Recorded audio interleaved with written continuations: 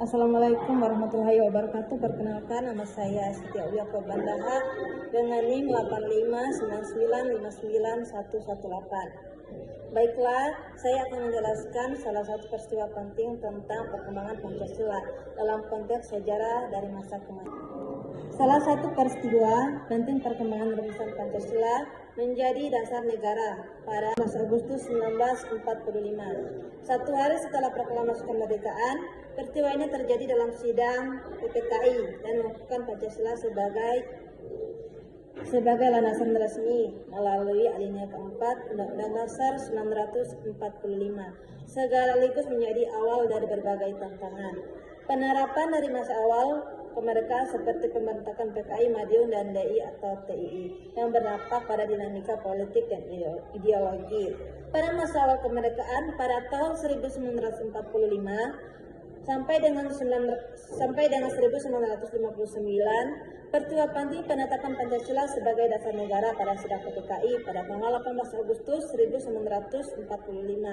Perkembangan Pancasila menjadi pedoman moral dalam etika perumusan Pancasila meskipun masih menghadapi banyak tantangan, yaitu tantangan yang terjadi gejolak internal seperti pemberontakan PKI Madiun pada tahun 1945 dan pemberontakan DI atau TII pada tahun 1945 yang mencoba mengganti dasar negara itu dengan ideologi lain. Demokrasi terpimpin pada tahun 1959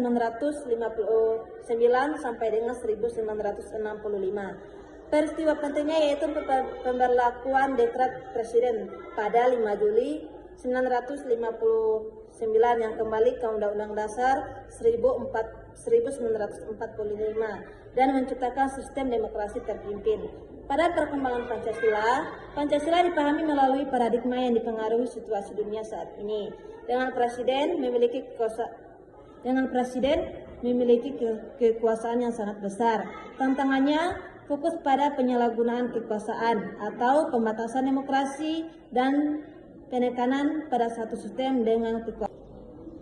Pada masa Orde Baru pada tahun 1966 sampai dengan 1998, peristiwa pentingnya yaitu penerapan Pancasila secara paksa melalui program keempat. Apa itu keempat itu? Yaitu pedoman, penghayatan, dan pengalaman Pancasila. Perkembangan Pancasila yaitu upaya keras untuk menyatakan seluruh aspek kehidupan bangsa. Dengan Pancasila sebagai seluruh aspek kehidupan asas tunggal yang juga diwarnai dengan penekanan yang lebih otoriter dan pembatasan kebebasan berpendapat. Tantangannya yaitu penyalahgunaan kekuasaan, kasus KKN, yaitu korupsi, kolusi, nepotisme, dan pembatasan hak-hak sipil serta kebebasan berpendapat.